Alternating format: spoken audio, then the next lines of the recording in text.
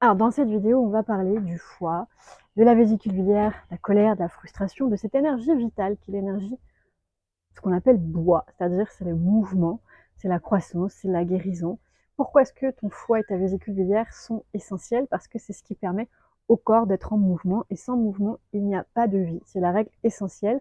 D'ailleurs, tous nos maux découlent de quoi? De tensions qui viennent empêcher des organes, des muscles, des cellules d'être bien irrigués, et du coup, ils ne reçoivent pas. Qu'est-ce qu'il faut de bon pour les nourrir?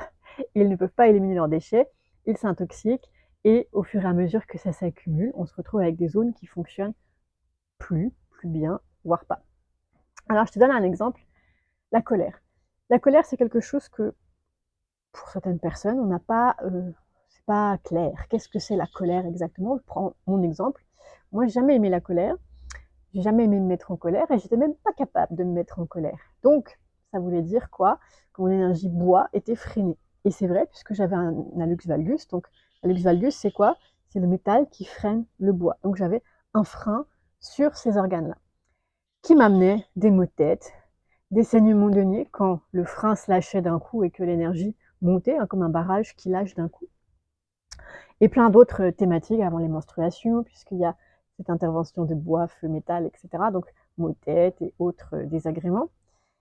Et puis, avec le temps, en connaissant mon corps, en le reprogrammant, j'ai réussi à me mettre en colère. Alors, la première fois, je me suis dit, wow, qu'est-ce que c'est que ça? On aurait dit un truc qui montait de moi.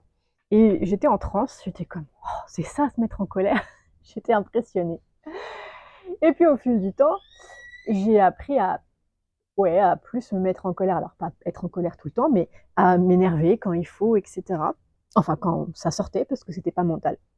Sauf que j'aime toujours pas ça, je trouve que c'est une énergie qui est épuisante. Et puis, est arrivé, à un moment donné, une colère, une grosse colère, donc une rage qui est montée d'un coup sec. Et puis, alors ce qui est marrant, c'est quand la rage monte, après c'est fini, je me sens super bien. Et ce qui est drôle, c'est que le lendemain, j'ai eu des piqûres de moustiques qui se sont inflammées.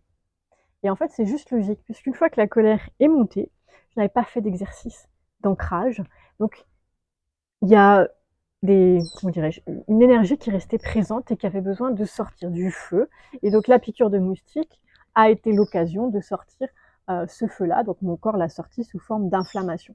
Donc, pourquoi je te raconte tout ça? Parce que, après, c'est de pouvoir apprendre, quand on se met en colère, après à venir ramener son énergie, calmer le corps, le réancrer, et en fait, apprendre à pouvoir être déterminé et poser ses limites, etc., agir de manière à ne pas avoir une explosion de colère.